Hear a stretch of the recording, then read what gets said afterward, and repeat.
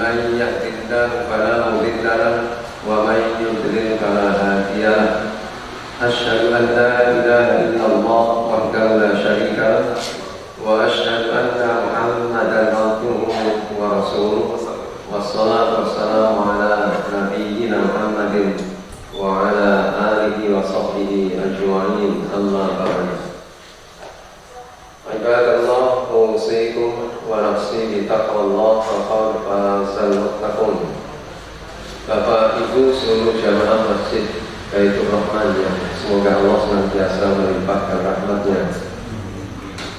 Puji syukur alhamdulillah selalu kita panjatkan kehadiratnya atas limpahan karunia-Nya. Salawat juga salam mudah-mudahan selalu tercurah atas Nabi kita Muhammad sallallahu alaihi wasallam. Mari kita awali dengan membaca Al-Basmalah. Bismillahirrahmanirrahim. Di pagi hari ini, hari Sabtu tanggal 23 Rabiul Awal 1443 Hijriah, bertepatan dengan tanggal 30 Oktober 2021 Masehi. Kita akan membaca surat Ar-Ra'd. Silakan bagi yang hendak ikut membaca untuk mengambil mushaf Al-Quran juz 13, surat 13, ayat 35. Sebenarnya ada dua tempat, yang satu di surat Muhammad ayat 15, tetapi kita baca yang lebih pendek di surat Muhammad itu memperinci sungai-sungai yang ada di dalam surga. Baik, kita baca bersama. Sambung menemukan semua. A'udzu billahi minasy syaithanir rajim. A'udzu billahi minasy syaithanir rajim. Mathalul jannati allati wu'idal muttaqun. Mathalul jannati allati wu'idal muttaqun. Tajri min tahtihal anhar. Tajri min tahtihal anhar. Ukuluha da'ilun wa dhilluha. Ukuluha da'ilun wa dhilluha. Tilka uqbal ladzina ittaqaw. Tilka uqbal ladzina ittaqaw. Wa uqbal kafirina an-nar. Wa uqbal kafirina an-nar. Mathalul jannati allati wu'idal muttaqun. Ada tanda baca satlamiyah, itu singkatan dari al-waslu aula, menghubungkan, menyambung lebih utama daripada berhenti, tetapi berhenti boleh. Tajri minta efat, belum sukun kamu dengan kak itu efat, disamarkan belum sukunnya selama 2 harokat. Minta tahtihal anhar, haknya di mana? Hak itu makhrajnya hak itu di dada, jadi harus dihakan juga, jangan sampai anhar. Ada tanda baca satlam yang sama dengan tadi. Ukuluha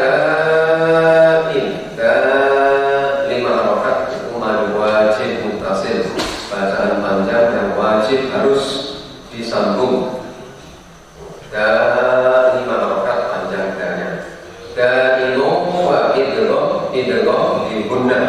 Kalau ini bertemu dengan wa, jadi dimasukkan wa, ditekan, mau ditahan selama 2 rakaat, ditekan dan ditahan selama 2 rakaat. Mau wadilluha, sok itu tebal, dilluha hanya 2 rakaat saja.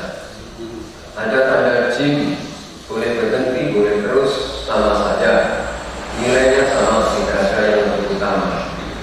Berhenti baik, terus juga baik. Tilka ada pantulannya tapi tipis karena di tengah bacaan. Uqbal ladina taqaw, tanda satlamnya berhenti boleh tapi terus lebih baik. Wa sama dengan tadi, jadi qalqalah sughra. Uqbal kafirinan, ini idgham syamsiyah, jadi yang mendukung digunakan kafirinan selama 2 rakaat membaca yang menekan nunnya.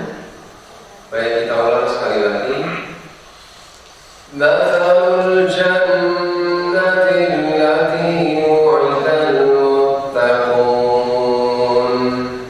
Mathalul jannati allati wu'idal muttaqun.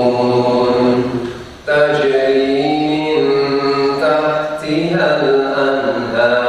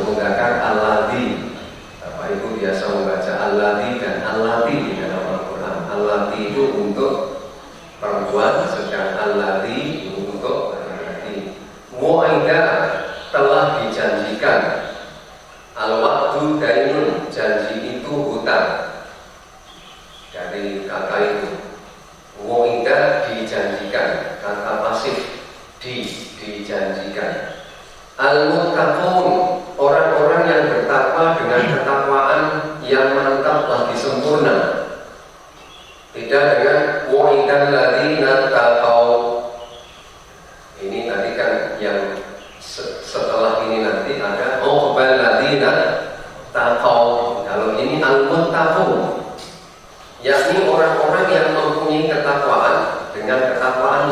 sempurna. Karena itu sudah menyebut kata sifat profesi. Orang yang sudah digelari dengan profesinya berarti orang ini sudah profesional, mantap, lagi sempurna sifatnya. Al-kafirun itu adalah orang-orang yang kekafirannya sudah menjadi darah dagingnya, mengakar, sudah menjadi tabiatnya, kesehari-hariannya. Demikian juga al-muttaqun adalah orang yang memang kesehari-hariannya sudah bertakwa, tidak sekedar mempunyai ketakwaan biasa. Jadi seperti orang yang ada orang bernyanyi dan ada penyanyi. Apa bedanya?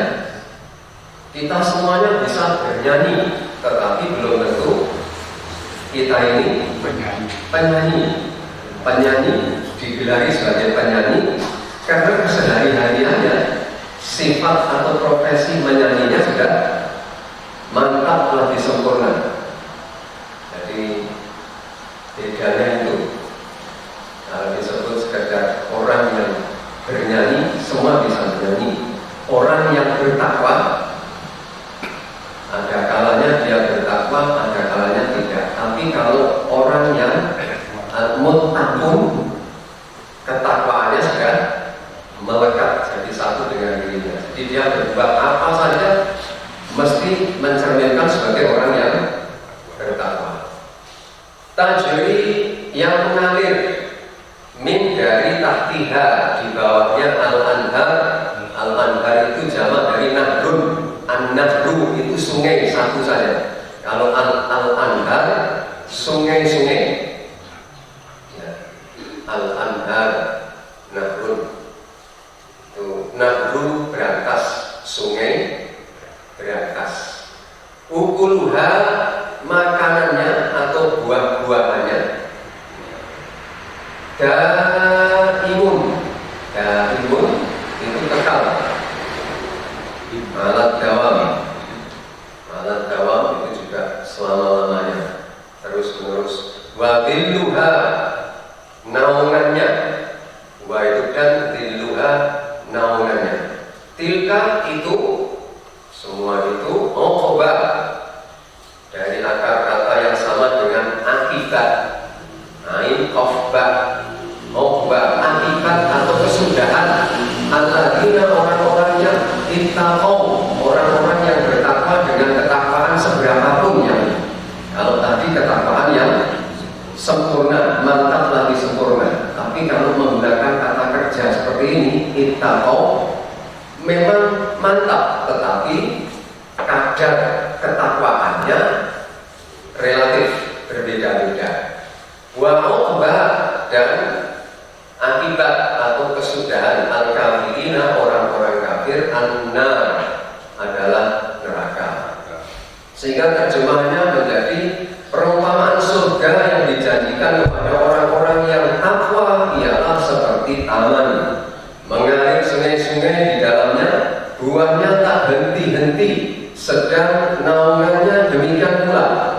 Itulah tempat kesudahan bagi orang-orang yang bertakwa, sedang tempat kesudahan bagi orang-orang kafir ialah neraka.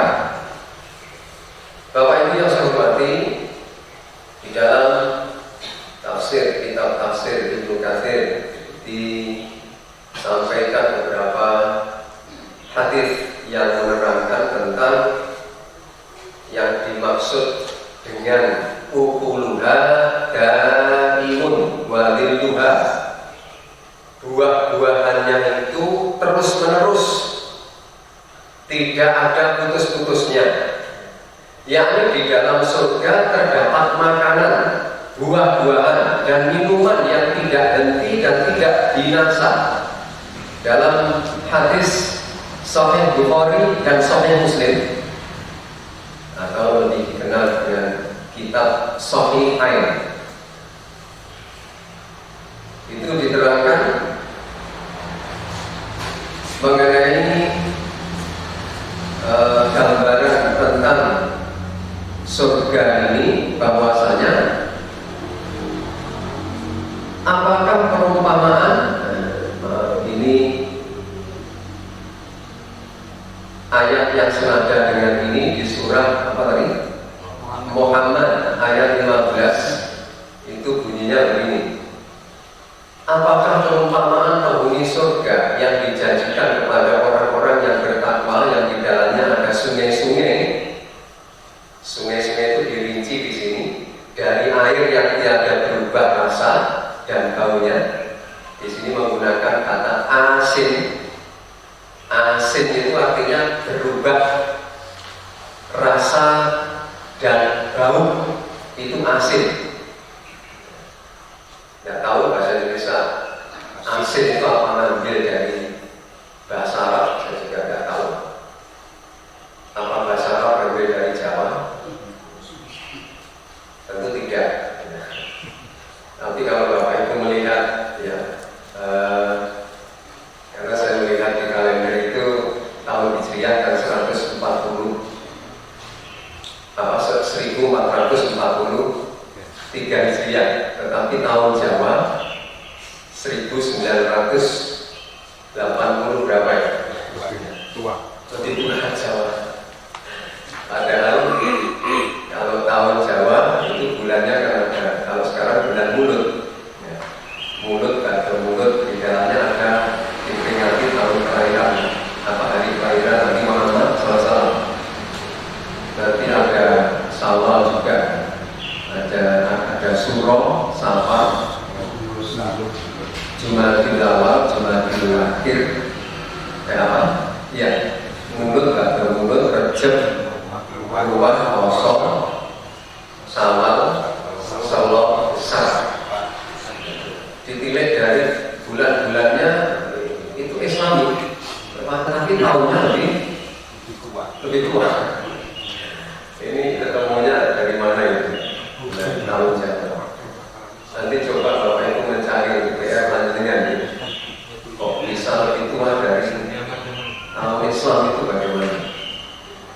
Baik, di dalam surah Muhammad itu diuraikan sungai-sungainya.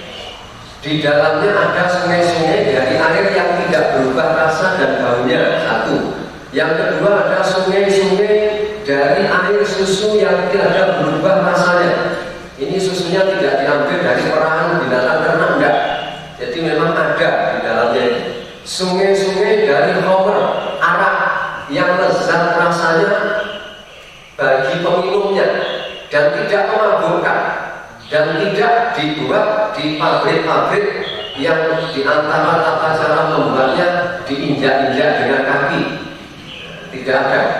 Jadi ini khamr tetapi lezat sekali, tidak memabukkan dan menyegarkan. Dan sungai-sungai dari madu yang disaring, madunya disaring, dan ini juga tidak diperoleh dari lebah. Madunya ini madu murni betul, tidak ada campuran, termasuk tidak dicampuri dengan awalan di. Dicampur dengan awalan di ini tidak disukai oleh ibu-ibu. Dia di madu. Jadi tidak ada campuran, murni madu. Dan mereka memperoleh di dalamnya segala macam buah-buahan. Nah ini yang di surah Ar-Ra'd ini, yang buah-buahannya ini diterangkan daimun, langgeng abadi, tidak ada putus-putusnya.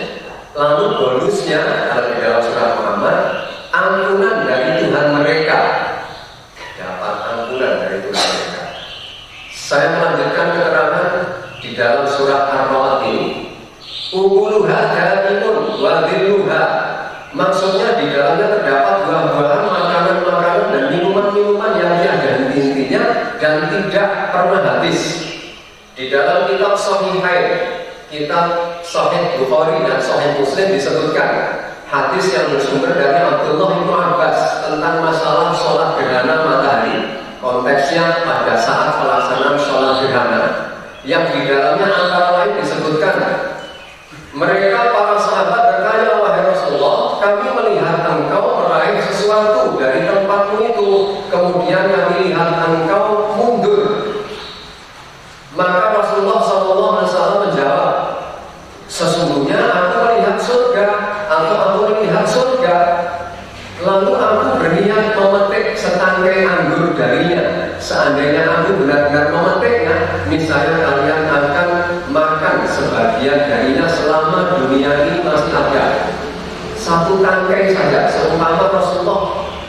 bisa memetiknya ketika itu, lalu diberikan kepada kalian, kata Rasul, niscaya kalian akan memakannya dan kenyang sampai dunia ini masih selama dunia ini masih ada, tidak akan habis itu.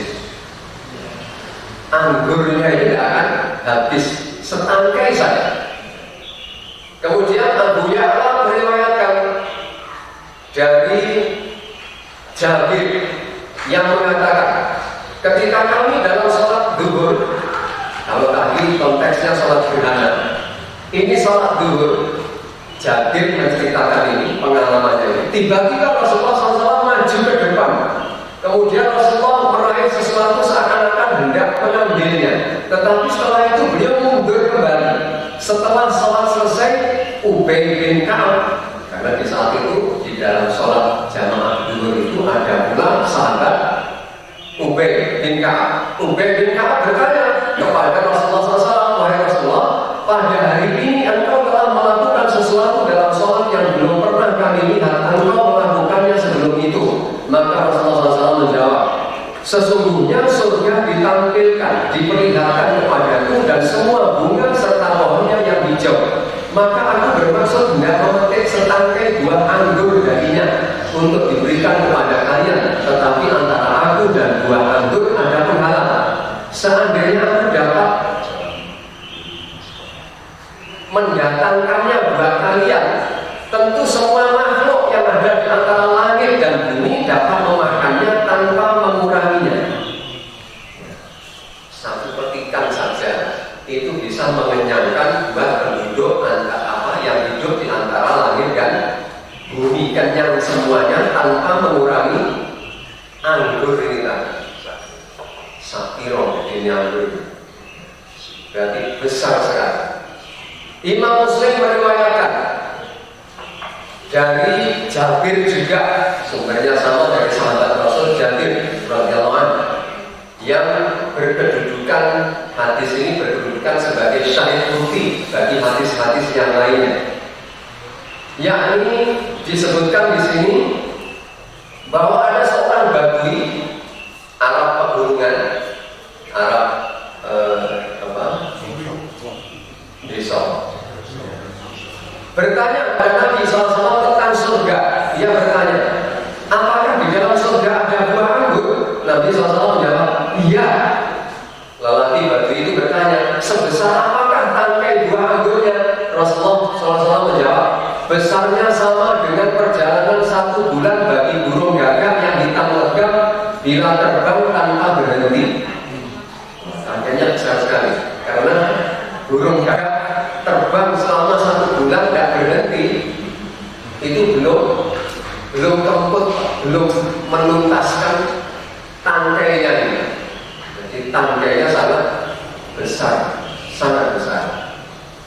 Hadis ini merupakan riwayat Imam Ahmad. Imam At-Tabrani meriwayatkan, sumbernya dari Abu Asma dari Thauban radhiyallahu anhu, yang mengatakan bahwa Rasulullah SAW pernah bersabda, sesungguhnya seseorang apabila memetik sebiji buah dari surga, maka tumbuh lagi buah lain yang menggantikan kedudukannya. Dipetik, tumbuh lagi, ya matang juga. Petik, tumbuh lagi, petik, tumbuh lagi. Dan buah-buahnya lengkap. Tadi disebutkan di dalam surah Muhammad tadi, as-samarot itu berarti macam-macam buah-buahan, termasuk di dalamnya ada mangga podang itu, atau yang semisal dengan mangga podang unggulannya. Jadi kemudian dari Jabir juga bin Abdullah disebutkan bahwa Rasulullah SAW pernah bersabda, ya'kulu ahlul jannati wa yashrabun wa la yamtakhituna wa la yataghawwaqun wa la yaqulun ta'amuhum jusha'a karihil misk wa yulhamuna tasbiha wa taqdisa kama yulhamuna nafas. Penduduk surga makan dan minum, kata Rasulullah SAW, tanpa mengeluarkan ingus.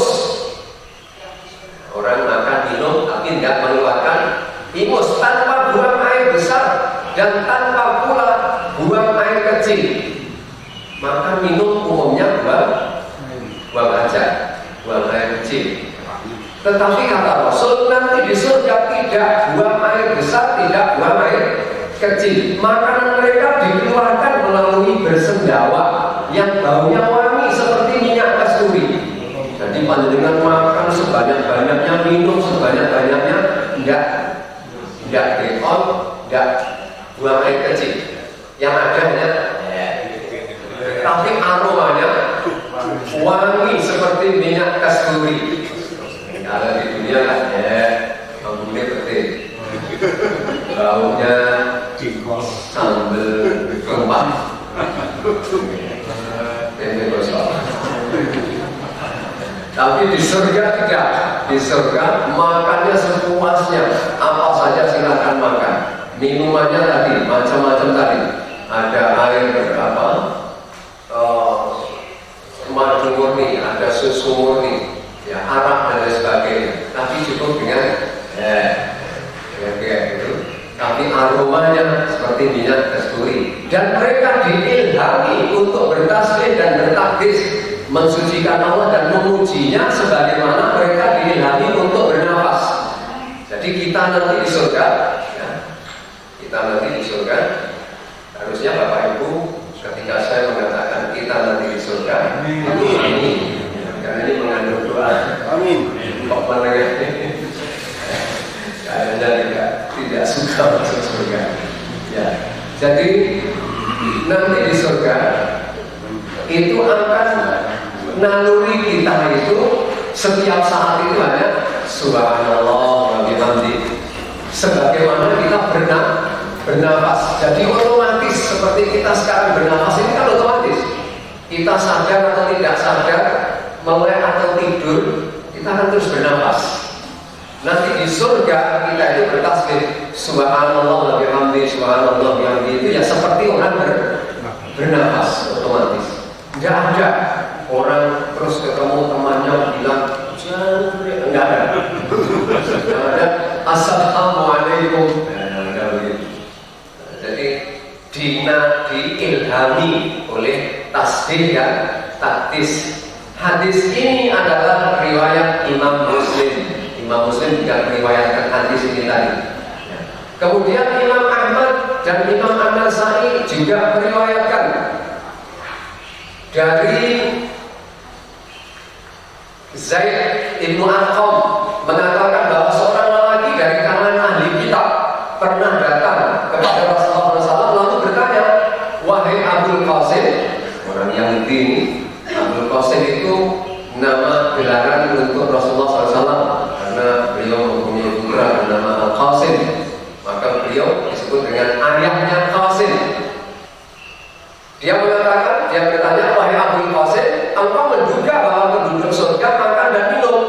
Rasulullah SAW menjawab, iya, demi Tuhan yang jiwa Muhammad berada di dalam genggaman kekuasaannya. Sesungguhnya seseorang dari penduduk surga benar-benar diberi kekuatan 100 orang laki-laki dalam hal makan, minum, bersetubuh, dan syahwat birahi. 100 laki-laki jadi satu, Pak, pada diri kita. Kira-kira kekuatannya seperti apa makannya? Kalau satu orang menghabiskan 2-3 porsi, ini kali 100. Minum sudah begitu. Lelaki ahli kita bertanya lagi, sesungguhnya orang yang makan dan minum itu tentunya akan membuang hajat, sedangkan di dalam surga tidak terdapat kotoran. Di surga tidak ada kotoran, Pak. Tempat-tempat yang menjijikan tidak ada. Ya. Jadi semuanya bersih. Sungai itu tidak seperti sungai Brantas itu, yang pinggirnya biasa ditempati oleh orang-orang yang buang hajat. Ya. Nanti surganya di sana pembatasnya itu malah permata-permata. Ya. Antara tempat tinggal kita, tempat jalan kita dan sebagainya sama sekali tidak terganggu adanya sungai itu. Kemudian Rasulullah SAW menjawab, hajat seseorang dari mereka berupa keringat yang keluar dari kulit mereka, baunya wangi seperti minyak kasturi, lalu perut mereka mengempes, mengecil. Riwayat Ahmad dan An-Nasai. Ya, jadi tidak ada kotoran di surga itu. Sehingga orang-orang yang makan dengan kekuatan makanan seperti tadi, seperti 100 laki-laki tadi, minum juga begitu, dan lain-lain, bersenang-senang yang lainnya itu, pokoknya batasannya tidak lagi kenyang, tetapi puas. Setelah puas, kemudian keluar keringat. Setelah keluar keringat, keringatnya aromanya wangi seperti kasturi. Lalu perutnya mengempes. Perutnya mengempes. Ya, nanti kemudian pengen makan lagi, pengen minum lagi, dan lain sebagainya. Pokoknya adanya hanya senang-senang. Tidak ada orang susah, tidak ada. Tempat orang susah itu bukan di surga. Jadi panjenengan jangan susah, supaya menjadi penghuni surga. Jadi biasakanlah mulai dari di dunia ini kita sudah belajar senang dalam keadaan seperti apapun. Nggak lama di dunia ini. Paling lama di dunia ini ya seumur panjenengan. Tapi di surga, di akhirat, tidak ada batasannya selama-lamanya. Jadi lebih baik di dunia bersusah payah, lalu di akhirat senang. Apa kata lagu itu? Berakit-rakit dahulu, berenang-renang berlebihan. Baik. Kemudian di dalam hadis yang lain, Al-Hasan bin Arafah mengatakan dari Abdullah bin Mas'ud radhiyallahu anhu yang mengatakan bahwa Rasulullah SAW pernah bersabda kepadanya, sesungguhnya kamu benar-benar memandang seekor burung di surga, lalu mempunyai keinginan, kok saja burung ini kok mau dibeleh dagingnya enak itu. Maka burung itu jatuh terjungkal di hadapanmu dalam keadaan telah terpanggang, siap untuk dimakan. Ya usah order GoFood dan kemudian menunggu, langsung begitu melihat apa yang diinginkan, datang dia nyepat. Di dalam sebagian hadis disebutkan, ini masih melanjutkan cerita ini tadi, bahwa apabila seseorang telah memakan tadi burung tadi, maka burung panggang itu kembali berwujud burung dan terbang seperti sedia kala dengan seizin Allah.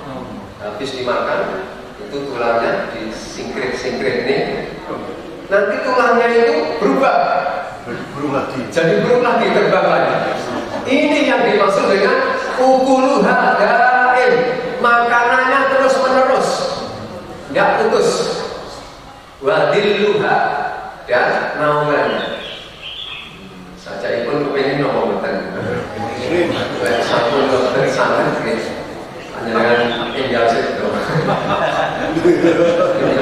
Segera mendapatkan. Tidak, maksud saya adalah ya salah satu ciri tanda orang mukmin itu begitu, Pak. Jadi sangat merindukan keadaan seperti ini, sehingga sangat berharap agar segera dipertemukan, yakni dengan upayanya untuk selalu berbuat amal kebajikan, sehingga setiap saat apabila Allah mencabut nyawanya, dia akan segera berjumpa dengan apa yang dia inginkan. Itu ciri-ciri orang mukmin. Kalau ciri-ciri orang kafir sebaliknya, kepingin ditunda terus kematiannya, pengen umurnya panjang terus, karena saking menikmati kesenangan dunia, rasanya ingin langgeng di dunia, tidak ingin ke alam akhirat.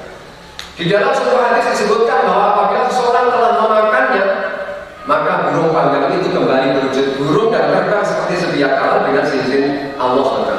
Wa faqihatin katsirah, lalu dibacakan di dalamnya wa faqihatin katsirah la maqtu'atin wa la mamnu'ah. Surah Al-Waqiah ayat 32-33. Dan buah-buahan yang banyak yang tidak berhenti buahnya dan tidak terlarang mengambilnya.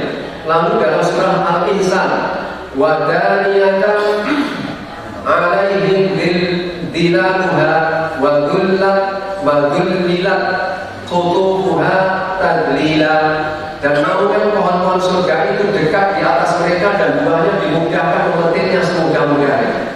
Nanti pohon-pohon apa saja, buah-buahan apa saja Bapak Ibu itu rendah di atas kita sehingga kita mau butuh ya apa saja, misalnya durian montong atau durian musangking, petik saja ya. Tidak usah membuka pakai pisau, dipetik langsung siap makan. Jadi begitu dipetik langsung terbuka. Masya Allah. Demikian pula naungannya tidak pernah hilang dan tidak pernah surut, seperti disebutkan di dalam firman Allah surah An-Nisa ayat 57, dan orang-orang yang beriman dan mengerjakan amalan-amalan yang soleh kelak akan kami masukkan mereka ke dalam surga yang di dalamnya mengalir sungai-sungai, kekal mereka di dalamnya mempunyai istri-istri yang suci. Ibu-ibu jangan ngiri seperti ini ya.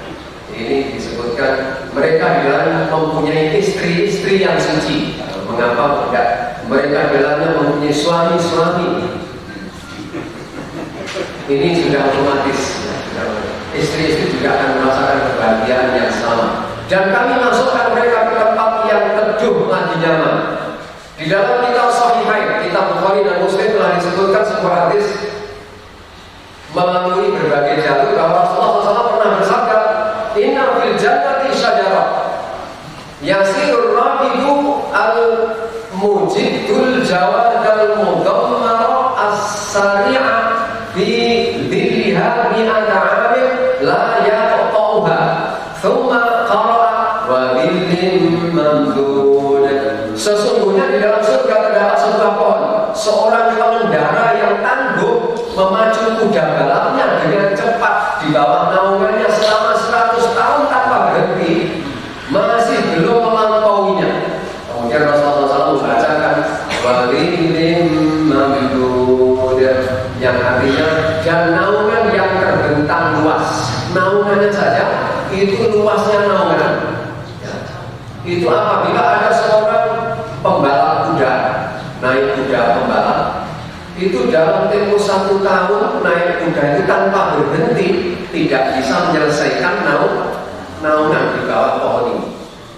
Di dalam riwayat yang lain disebutkan pohon ini mengeluarkan kuncup-kuncup bunganya. Setiap apa yang dibutuhkan oleh orang ini, apa saja, ya makanan, ya pakaian, ya kesenangan apa saja, itu keluar dari kuncup bunga ini. Apapun yang diinginkan tersedia di situ.